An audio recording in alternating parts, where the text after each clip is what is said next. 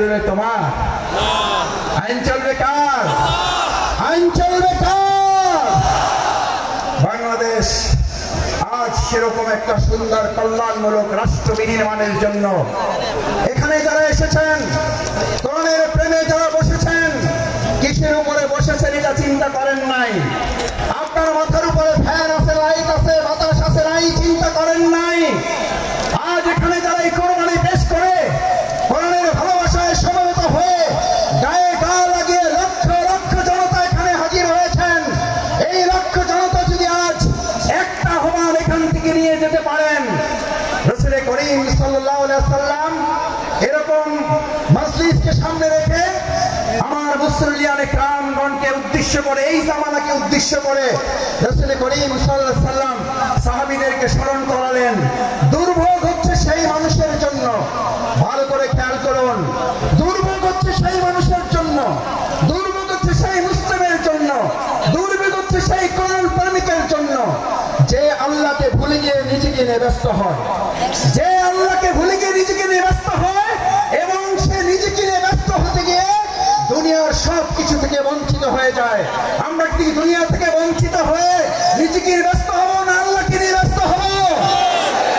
আমার ভাইয়েরা আসুন, আজ সেই কারণে রাসূল করিম সাল্লাল্লাহু আলাইহি ওয়াসাল্লাম বললেন, আব্দুল্লাহ ইবনে মাসউদ হাদিসটি বলে আমার কথা শেষ করি।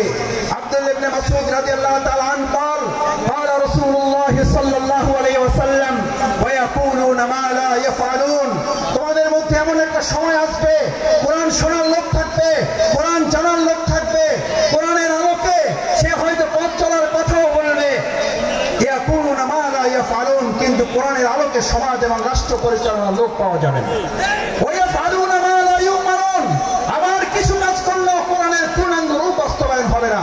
আজ এখানে যারা আছেন, আমরা কি কোরআন বাস্তবায়নের জন্য সবাই রাজি আছি? ইনশাআল্লাহ সবাই কি রাজি আছি? ইনশাআল্লাহ।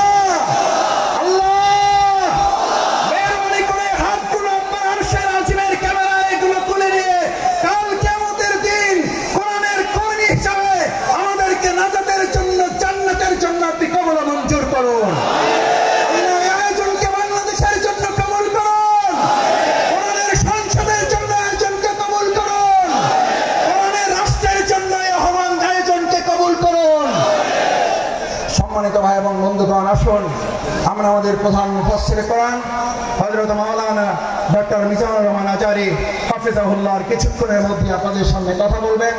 আমরা দোয়া করি অন্যান্য উলামায়ে কিরামগণ আরো কথা বলবেন।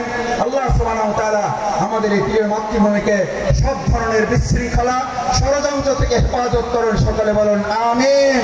আসসালামু আলাইকুম ওয়া রাহমাতুল্লাহি ওয়া বারাকাতুহু। অনেক ধন্যবাদ শফিকুল ইসলাম মাসুদ ভাইকে। সম্মানিত হাজিরিন, সম্মানিত হাজিরিন, নিশ্চয় আপনারা আয়নাগরের নাম শুনেছেন, যে আয়নাগরে কক্সবাজারের কিংবদন্তি মহাপুরুষ জননেতা সালাউদ্দিন